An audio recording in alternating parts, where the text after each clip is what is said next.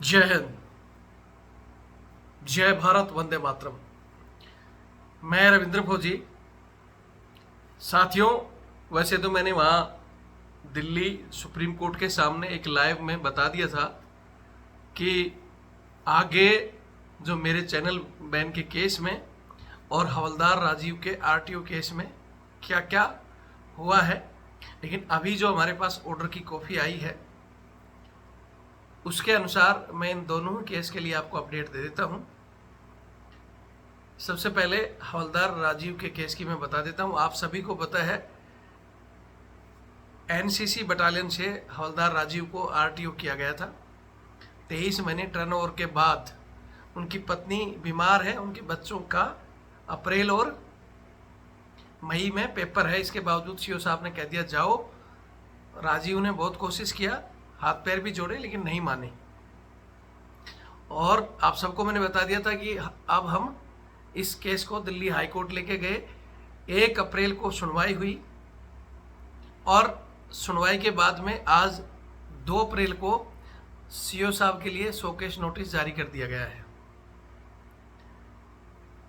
न्यायालय ने स्पष्ट शब्दों में उसकी जो कॉपी है, भारत सरकार के रक्षा मंत्रालय को एक कॉपी, दूसरी कॉपी डीजी एनसीसी को और तीसरी कॉपी ये एनसीसी के कमांडिंग ऑफिसर को दे दी गई है।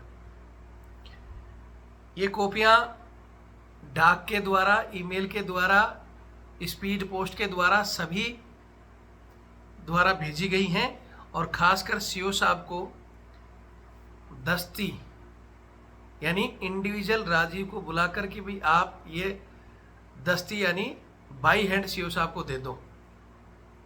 क्योंकि अभी तक के जो लीगल नोटिस और बहुत सी चीज़ें राजीव ने दी जिसका सीओ साहब ने जवाब नहीं दिया। राजीव बताते हैं कि हमारे सीओ साहब बोलता है मेरे कोई मतलब नहीं, फाड़ कर फेंक देते हैं। ठीक है, अब देखते हैं कि सीओ साहब इसको फाड़ कर फेंकते हैं। 6 तारीख का समय दिया हुआ है कि 6 तारीख को कमांडिंग ऑफिसर या तो खुद प्रेजेंट होकर बताएं, कारण बताओ नोटिस है कि भाई राजीव, हवलदार राजीव जो भारत के संविधान के 226 आर्टिकल के तहत जो उनको भारत के नागरिकों को अधिकार है, वो उस अधिकार के तहत वो याचिका लेकर हाई कोर्ट पहुंचा है कि भाई मेरे साथ अन्याय हुआ है। अब हाई कोर्ट जो दूसरी पार्टी होती है उसका भी पक्ष सुनने के लिए उसको समय देती है कि भाई आप आकर बताओ, हम ये केस को ले रहे हैं। तो उसी सिलसिले में ये शोकेस नोटिस कमांडिंग ऑफिसर साहब के पास गया कि या तो स्वयं आप आ जाओ या अपने वकील को 6 तारीख को भेज दो। अगर आप ऐसा नहीं करते तो आपकी अनुपस्थिति में मतलब आपको गैर हाजिर मानकर फैसला हम सुना देंगे। इसलिए उनको मौका दिया जा रहा है।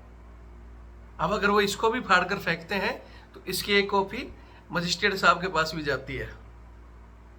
ठीक है, और आगे के लिए अगर कोर्ट का आदेश की अवहेलना करते हैं, ये कहते नहीं कि हमारा कोई कुछ नहीं बिगाड़ सकता, क्योंकि हमने जो लेना था ले लिया। अब इनको पता है कि भाई मेरे को ना कोई रैंक लेना, ना कुछ मेरा कोई बिगाड़ सकता। तो कानून भारत का ऐसा बना हुआ है कि बिगाड़ने के लिए बहुत कुछ बिगाड़ा जा सकता है। और कोर्ट के आदेश की अवहेलना करने पर कंडक्ट और कोर्ट के तहत सीओ साहब को वहाँ जबरदस्ती वारंट इशू करके भी बुलाया जा सकता है अगर ये नहीं आते हैं तो। अगर ये जवाब नहीं देते, नहीं आते हैं, बोलते हैं कि मैं मेरी मर्जी करूँगा, तो मर्जी हिंदुस्तान में किसी की नहीं चलती।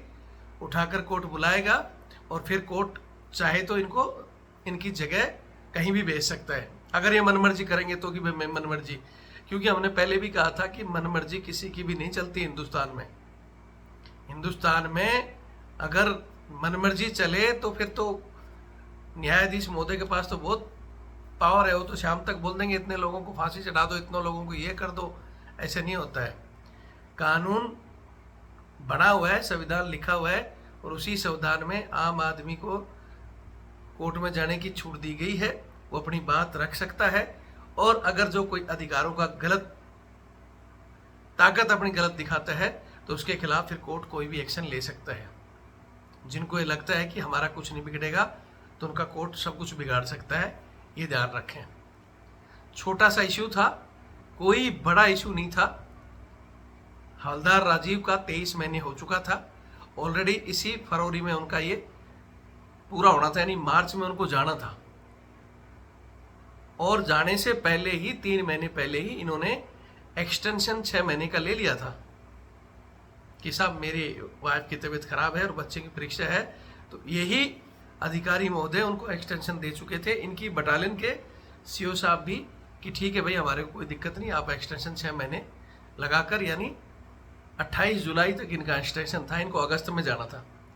लेकिन इन्होंने अपनी पावर का इस्तेमाल करते हुए, मैंने बता ही दिया था कि वो गाड़ी वाला मसला, कि एक गाड़ी हवलदार राजीव 2 साल तक चलाता रहा इनके लिए, जहाँ बोले वहीं तेल भी राजीव का, गाड़ी भी राजीव की, इसने कुछ कहा नहीं, उन्होंने कुछ दिया नहीं। अब एक दिन उन्होंने कह दिया कि आज मेरी वाइफ को मैंने दिखाना है, तो बस उसी दिन चिढ़ होकर बोले तुम जाओ भाई, तुम्हारी जरूरत नहीं है, कि मेरी पावर है, मैं कर सकता हूँ। तो अगर आपकी पावर है तो आप कोर्ट में जवाब जरूर दें। अब बाकी कोर्ट के हाथ में है, कोर्ट को अगर लगेगा कि भाई आपका जवाब सही है तो हवलदार राजीव अपनी यूनिट में चला जाएगा, और कोर्ट को अगर ये लगेगा कि आपने गलती की है तो हवलदार राजीव वहीं अपना 6 महीने पोस्टिंग पूरी करके फिर जाएगा। अब ये जनता भी, मैं चाहता हूँ कि आप भी इसमें जो अपने कमेंट्स कर सकते हैं, आज़ाद है, फ्रीडम ऑफ स्पीच है, आप भी लिख सकते हैं। हम बोल ही रहे हैं कि भाई हवलदार राजीव के साथ सरासर गलत हुआ है। हालांकि इनके सीओ और एसएम साहब का बीच में इनके पास कॉल भी आया था कि भाई आ जाओ, आपका मूवमेंट ऑर्डर आ गया, फलाना टिकड़ा। तो मैंने उनको बता भी दिया था कि मामला कोर्ट में है, क्योंकि इधर से ये जोर लगा रहे थे, जब कोर्ट का इससे पहले जब हमने फाइल किया था तो फाइल की एक कॉपी जाती है उनके पास, तो तब ये जोर लगा रहे थे कि इसको बुला लो या इसको ऑफसाइड दिखाओ, पेमेंट रोक दो, ताकि ये घबरा कर चला जाए। तो वो हमने उनके पास सारी चीज़ें भेज दी थी कि भाई केस दिल्ली हाई कोर्ट में है, और अभी पार्टी सिर्फ ये सीओ साहब, डीजी एनसीसी और रक्षा मंत्रालय है। अगर उनको इस तरह की ज़बरदस्ती, जबकि कोर्ट के कागज़ भेजने के बाद में भी अगर वो सीओ साहब के कहने के लिए कुछ करते हैं, क्योंकि उन्होंने कहा कि भाई 19 फरवरी का आउट है, मूवमेंट ऑर्डर मैंने भेज दिया, तुम तो दिखा दो, AWL दिखा दो या पेमेंट रोक दो। जबकि कानून का उल्लंघन इन्होंने किया है कि 19 का मूवमेंट ऑर्डर देकर उसके बाद में राजीव ने इंटरव्यू मांगा है, जो कि उसका अपना कमांडर साहब का 27 फरवरी को कमांडर साहब का इंटरव्यू होता है। पहले तो घुमाते हैं होगा नहीं होगा, फिर 27 को होता है, और कमांडर साहब ये कहते हैं यार अब सीओ ने कर दिया जो कर दिया, मैं कुछ नहीं करूँगा। कुछ नहीं करने का मतलब है फिर आप उस पोस्ट पर बैठकर जो भारत सरकार से इतनी तनख्वाह और इतनी फैसिलिटी ले रहे हो, अगर आप कुछ नहीं करोगे ये कहते हो, तो फिर भारत सरकार को लिख कर दो आप कि भाई मैं कुछ नहीं करूँगा, सीओ ही सब कुछ करता है। तो इसका मतलब तो जब जवान अगर ये शब्द बोले ना कि साहब मैं कुछ नहीं करूँगा, तो आप सीधा कहते हो नहीं कुछ करना है तो पेंशन चले जाओ, जब आप कुछ कर नहीं सकते। तो ये चीज़ें आपके लिए भी लागू होती हैं, ठीक है। अब यहाँ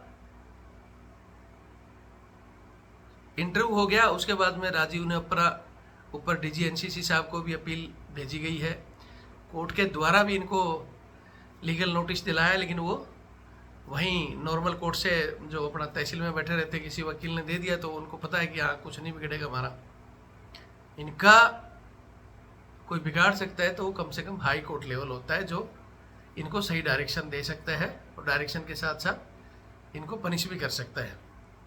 अब मामला वहाँ पहुँच गया है, अब क्या करते हैं ये इन लोगों की है। बाकी मैं एक बार फिर कहूँगा कि मैंने भी सीओ साहब से रिक्वेस्ट की, एसएम साहब से भी, लेकिन एसएम साहब अब मैं क्या करूँ। और सबसे बड़ा हमारा निचला तबका, मैं कई बार कह चुका हूँ कि ये मामले अगर एक एसएम साहब अपनी अच्छे से ड्यूटी करते तो इतनी सी तो बात थी साहब, कोई बात नहीं, छोटा सा मामला है, मार्च तो आ ही गया है, 4-5 महीने इसका बच्चे की परीक्षा हो जाती है, इसकी वाइफ का इलाज चल रहा है, चला जाएगा अगस्त में, कौन सा कुछ बिगाड़ रहा था वो। लेकिन वो ना कहकर उन्होंने पल्ला झाड़ लिया कि मैं क्या करूं, साहब नहीं मान रहे। मतलब निचला आदमी भी ये बोलता है कि मैं क्या करूं, साहब नहीं मान रहे, चलो उसकी तो मजबूरी है क्योंकि भाई सीनियर है, सीनियर भी बोलता है कि मेरे से जूनियर नहीं मान रहा। तो क्या ये फौज का डिसिप्लिन है? ये हम पब्लिक को दिखाएं कि भाई ये देखो ये डिसिप्लिन चल रहा है।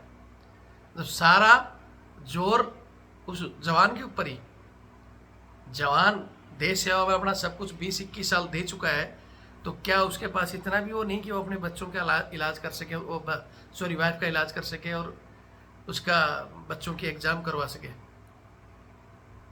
हमें उम्मीद है कि न्यायालय इन चीज़ों को ज़रूर देखेगा और सही डायरेक्शन में फैसला होगा। और इस फैसले को मैं चाहता हूं कि आप लोग सभी ज़्यादा से ज़्यादा शेयर करें। 6 तारीख की अगली सुनवाई है, उन लोगों तक शेयर करें जिनकी मानसिकता ब्रिटिश वाली आज भी है कि मैं करूँगा जो ही करूँगा, जिसके दिमाग में ये है कि मैं बॉस हूँ, मैं करूँगा। मैंने पहले भी कहा था भैया अपनी प्राइवेट फर्म खोलो, आप अपना कोई भी बिजनेस शुरू करो, वहाँ आपका जो मर्जी है जो करो, लेकिन ये भारत सरकार की जो सरकारी नौकरियाँ हैं, जो पद और पावर दी गई है, उसका गलत इस्तेमाल नहीं कर सकते। और अगर हमारी तरह और इस हवलदार राजीव की तरह सभी लोग कोर्ट की तरफ जाएं, इन चीज़ों को ऊपर तक ले जाएं, तो सही डायरेक्शन में फैसला आ सकता है।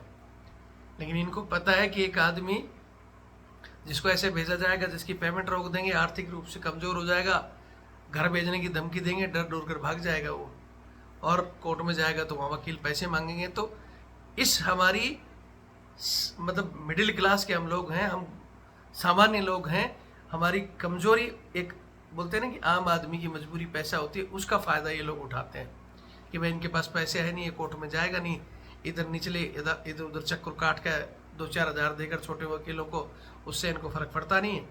कोर्ट की तरफ जाएगा तो बड़ी फीस लगेगी और अपना आप भाग जाएगा। ये सोच है आज भी अगर अधिकारियों की, तो वो गलत है।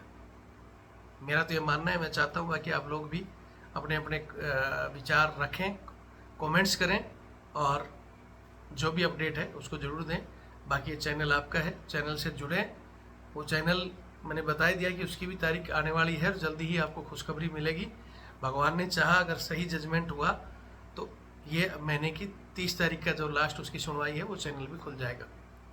उसके लिए मैं एक अलग से वीडियो भी बनाऊंगा, क्योंकि अभी हमें वकीलों की और हर चीज़ों की ज़रूरत पड़ेगी, तो आपके सहयोग की हमें ज़रूर पड़ेगी। अगर आप चाहते हो कि भाई हाँ रविंद्र फौजी का सहयोग किया जाए या रविंद्र फौजी यूँ ही लड़ाई लड़ता रहे, तो मेरा नंबर है 8290354513 8290354513। ये मेरा फ़ोनपे और पेटीएम से जुड़ा हुआ है और ये मेरा बारकोड। आप सहयोग करोगे तो हम उस चैनल को भी खुला लेंगे, इस चैनल को भी बड़ा करेंगे। इस तरह कोई मामला आएगा तो ज़ोर शोर से लड़ भी सकते हैं। संख्या और ताकत होगी, हम अकेले सिस्टम से नहीं लड़ सकते, लेकिन छोटी छोटी बोलते हैं ना सहायता, छोटी छोटी ताकत है हमारे पास। वो चैनल मेरा होता तो इतना ड्रामा करने की ज़रूरत नहीं होती मेरे को, लेकिन इनको लगा कि रविंद्र फौजी का चैनल बंद हो गया, बाकी लोग तो लड़ नहीं पाएंगे। तो उन सब के लिए बस एक ताकत ज़रूर है हमारे पास, वो ऊपर भगवान बैठा है और उसके भरोसे पे हम चल रहे हैं, और वही शायद हमें जीत दिलाएगा। मैं फिर कह रहा हूँ कि अगर हमारी गलती है तो कोर्ट जो चाहे हमें पनिशमेंट दे, लेकिन जो ये ज़बरदस्ती की गलती करते हैं, तानाशाही देते हैं, तो कोर्ट इस चीज़ पर ज़रूर ध्यान दें। बाकी वीडियो देखें और शेयर करें।